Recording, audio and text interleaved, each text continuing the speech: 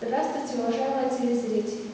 В этот прекрасный летний день мы рады приветствовать всех, кто смотрит нашу телепередачу. Сегодня мы хотим поговорить с вами о правах и обязанностях детей. Тема эта актуальна на данном этапе тем, что скоро классы наполнятся веселым шумом, детским смехом и звонкими голосами. Каждый день учащиеся будут ходить в школу, учить уроки, отдыхать, общаться со сверстниками. Кажется, ничего необычного.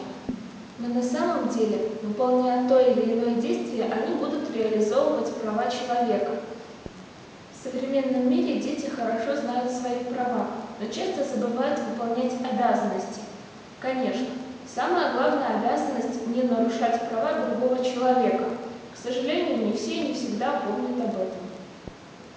Мы хотим представить вашему вниманию видеоролики, на которых запечатлены различного рода ситуации из школьной жизни, которые, к сожалению, иногда случаются в школах. Чтобы избежать подобных инцидентов, мы хотим разъяснить неправомерность совершаемых действий, а также виды ответственности за них.